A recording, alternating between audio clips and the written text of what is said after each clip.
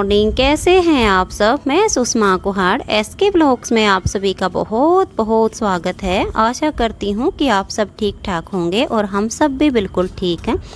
आज का ब्लॉग्स मैंने सुबह 10 बजे स्टार्ट किया है और अभी मैं खाना बनाने की तैयारी कर रही हूँ।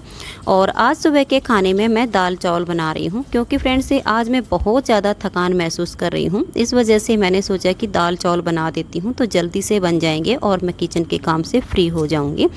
तो अभी मैंने एक चूल्हे पर चावल बनने के लिए रख दिए हैं और दूसरे पर मैं दाल बना रही हूँ।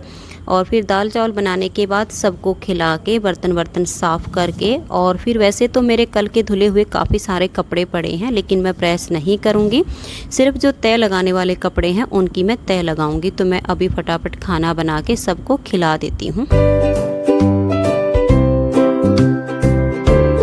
तो फ्रेंड्स ये लगभग 11:15 बजे का टाइम है और किचन के काम से फ्री होने के बाद अब मैं यहाँ कपड़ों पर तय लगा रही हूँ। वैसे तो मुझे आज प्रेस भी करनी थी क्योंकि कल कपड़े धोए थे तो फिर आज मुझे प्रेस करनी थी, लेकिन आज मैं बहुत ही ज़्यादा थकान महसूस कर रही हूँ तो आज मैं प्रेस नहीं करूँगी। प्रेस करने वाले कपड़े मैंने सोफ़े पर ही छोड़ दिए हैं और ये जो बेड शीट हैं, टी शर्ट, लोअर हैं, इन सब की मैं तय लगाकर और इनको इनकी जगह पर लगा दूँगी। और कपड़ों पर तय लगाने के बाद फिर मैं नहाने के लिए जाऊंगी और नहाने के बाद आज मैं कम से कम 2.5 से 3 घंटे के लिए रेस्ट ज़रूर करूंगी, तभी आज मेरी थकान उतर सकती है। और तो मैं इस काम को कर लेती हूं और फिर शाम को फ्री होने के बाद आप सबके साथ बैठकर बात करूंगी।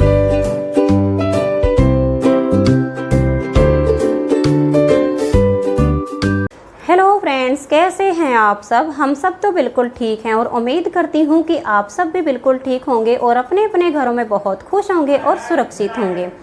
और फ्रेंड्स आज मैंने आप सबके साथ अपना ज़्यादा काम शेयर नहीं किया है क्योंकि आज मैं बहुत ज़्यादा थकान महसूस कर रही थी, तो इस वजह से आज मैंने ज़्यादा काम किया भी नहीं है।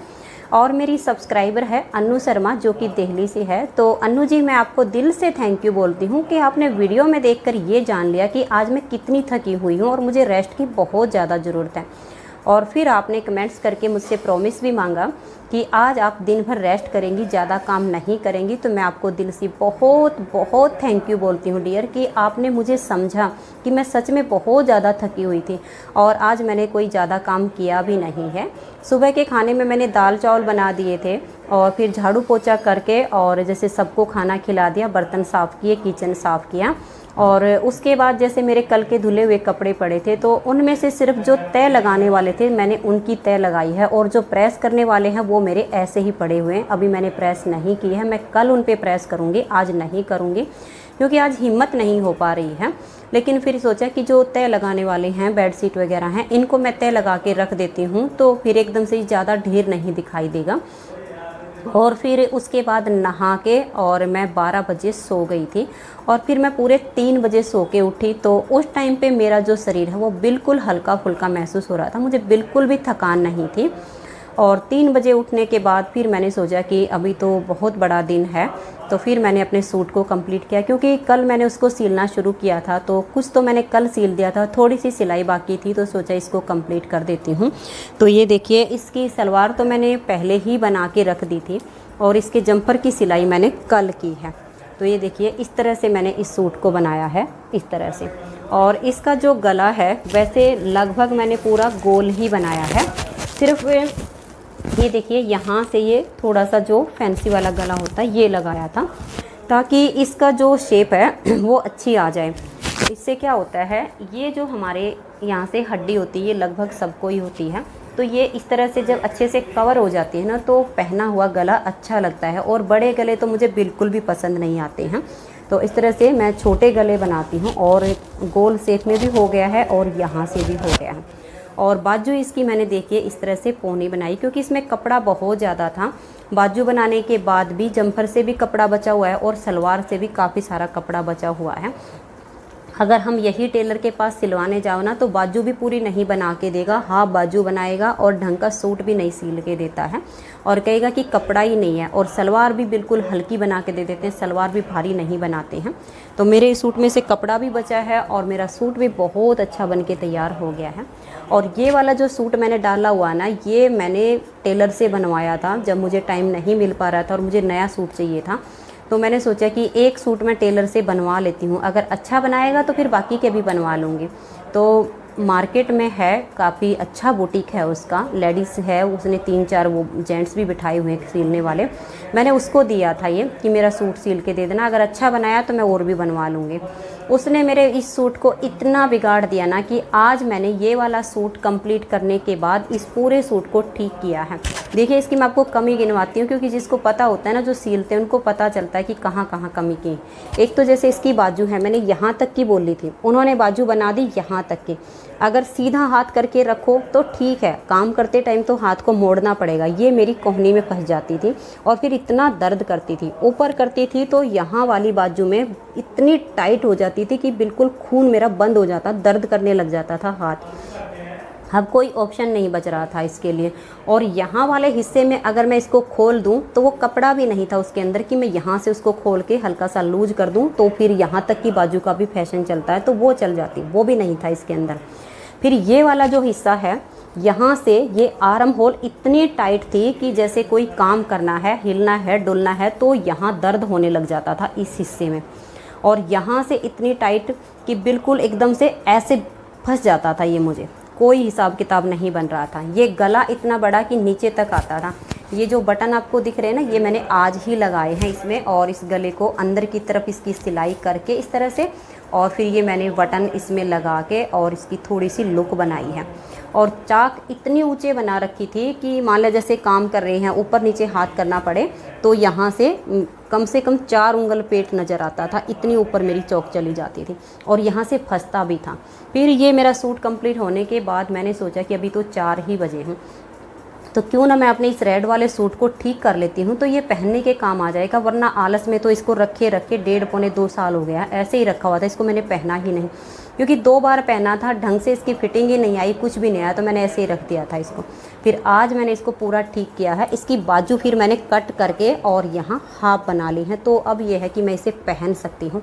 और पूरी सिलाई खोल के और इसकी चाक नीचे तक करके पूरी झोली की जो तुरपाई थी वो उधेड़ के दोबारा से पूरी इसकी तुरपाई की है, और अब जाके इसकी फिटिंग मुझे सही आई है। और मेरी एक सब्सक्राइबर ने मुझसे कमेंट्स करके ये पूछा है कि दीदी पति और पत्नी का रिश्ता कैसा होना चाहिए, अपनी एक वीडियो में आप ज़रूर बताइएगा। तो फ्रेंड्स, अपनी ज़िंदगी के अनुभव के अनुसार मैं आपको ये बताना चाहूँगी कि पति और पत्नी के रिश्ते में प्रेम और विश्वास का होना बहुत ज़रूरी है। अगर पति पत्नी के बीच में प्रेम नहीं है, विश्वास नहीं है, तो ये रिश्ता ज़्यादा दिन तक टिक ही नहीं सकता है।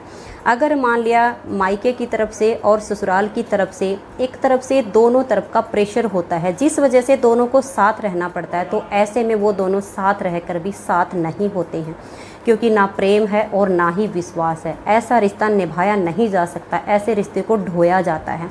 तो फ्रेंड्स, मैं आपसे एक बात ये कहना चाहूँगी कि बिना बात के पत्नी को अपने पति पर शक नहीं करना चाहिए, और बिना बात के पति को भी अपनी पत्नी पर शक नहीं करना चाहिए, क्योंकि शक का जो कीड़ा होता है इसका कोई भी इलाज नहीं होता, पूरी दुनिया में इसका इलाज नहीं है। अगर बाई चांस पति को अपनी पत्नी पर शक है और पत्नी को अपने पति पर शक है, तो इस शक को अपने तक ही रखिए, जब तक आप इस चीज़ की तह तक नहीं पहुंच जाते हैं कि सच में जो शक आपके मन में है वो बिल्कुल सत्य है। और जब तक नहीं जाते हैं, घर में, परिवार में, रिश्तेदारों में या पास पड़ोस में, समाज में, किसी के सामने ये बात नहीं कहनी चाहिए, क्योंकि ऐसा करने से हम अपने पार्टनर को नीचा दिखाते हैं। और फिर ऐसे में अगर मान लिया जो शक हमारे दिमाग में उपजता है और वो झूठ निकला, तो ऐसे में क्या होता है कि जो प्रेम था और जो विश्वास था वो भी ख़त्म हो जाएगा। ज़िंदगी भर उस रिश्ते को ढोना पड़ता है, साथ रहकर भी साथ नहीं होते हैं। तो ऐसे में शक नहीं करना चाहिए, और अगर शक है भी तो उसकी तह तक जाइएगा कि क्या ये सच है। अगर वो सच नहीं है तो उसे वहीं पर ख़त्म कीजिए। और सबसे बड़ी बात पति और पत्नी के रिश्ते में ये होती है कि अगर बाई चांस दोनों के बीच में कुछ अनबन हो भी जाती है, कुछ कहा सुनी हो जाती है, तो किसी तीसरे को उस रिश्ते के बीच में मत लेकर आइएगा। चाहे वो सास हो, ससुर हो, ननंद, देवर, देवरानी, जेठ, जेठानी, कोई भी क्यों ना हो, मायके से माँ बाप, भाई बहन, भाभी, कोई भी क्यों ना हो, दोनों के बीच में कोई नहीं आना चाहिए, किसी भी तरफ से भी। अगर दोनों के बीच में कोई भी अगर आ गया ना, तो समझ लीजिएगा कि आपके रिश्ते का बंटाधार हो जाएगा, क्योंकि बात होती है छोटी सी और जब वो लोगों के बीच में जाती है तो वो बहुत बड़ी हो जाती है। तो कोशिश कीजिएगा कि दोनों आमने सामने बैठकर ही उसे सुलझा लें, किसी तीसरे तक वो बात जाने ना पाए। तीसरे के बीच में अगर पति पत्नी की बात नहीं जाती है तो उस रिश्ते में प्यार और भी गहरा हो जाता है, क्योंकि वो दोनों एक दूसरे को समझने लगते हैं, उसकी कदर करने लगते हैं। लेकिन जब कोई तीसरा आके उन दोनों का फैसला करवाने लग जाता है ना, तो रहा सहा जो होता है ना विश्वास, वो भी ख़त्म हो जाता है। तो इसलिए फ्रेंड्स, अपने रिश्ते में एक तो किसी तीसरे को मत आने दीजिएगा। और अगर आपके मन में कोई डाउट है कि मेरा पति ऐसा है या वैसा, या इन्होंने कुछ गलत किया है, तो आप उसकी तह तक जाइएगा कि क्या ये सच है। और सबसे बड़ी बात तो ये होती है, अगर पति अपनी पत्नी से और पत्नी अपने पति से बहुत गहरा प्रेम करती हैं तो उस रिश्ते में शक की गुंजाइश ही नहीं होती है। क्योंकि जब अगर किसी का बाहर जब रिश्ता चलता है ना, तो वो घर की तरफ से मुंह मोड़ना बंद कर देते हैं और घर में उसका मोह ही नहीं बचता है, ममता ही नहीं बचती है। तो अपने इन चीज़ों को समझने की कोशिश कीजिएगा कि जब ये मुझसे इतना प्रेम करते हैं और कोई तीसरा आकर गलतफहमियां पैदा कर रहा है, तो यानी कोई तीसरा है जो हम दोनों को खुश नहीं देखना चाहता है और इस रिश्ते को तोड़ना चाहता है। तो अपने रिश्ते में जो विश्वास है, जो प्रेम है, उसे दोगुना कर दीजिएगा। जो तीसरा बीच में आया है वो अपने आप अलग हो जाएगा, वो आप दोनों के बीच में कभी भी नहीं आ पाएगा। तो अपने रिश्ते को मजबूत बनाइए, अपने विश्वास को मजबूत बनाइए और अपने पार्टनर के प्रति अविश्वास मत दिखाइएगा, विश्वास दिखाइएगा। क्योंकि कभी कभी ऐसा दौर आता है कि हमारे पार्टनर को हमारी सबसे ज़्यादा ज़रूरत होती है, तो फिर हमें उसका साथ देना चाहिए, ना कि उसके खिलाफ खड़े होना चाहिए। कहते ना कि ढाई अक्षर का नाम है प्रेम, लेकिन इसको जो समझे तो तर जाए। तो इसीलिए इस छोटे से अक्षर को समझिए कि इसमें प्रेम होना बहुत ज़रूरी है, विश्वास होना बहुत ज़रूरी है। और आप अपने पार्टनर का साथ दीजिएगा। अगर कोई आपके बीच में आया भी है तो उसे आने मत दीजिएगा। तो फ्रेंड्स, आज के व्लॉग्स में इतना ही। मिलते हैं नेक्स्ट व्लॉग में, तब तक के लिए नमस्कार, बाय बाय।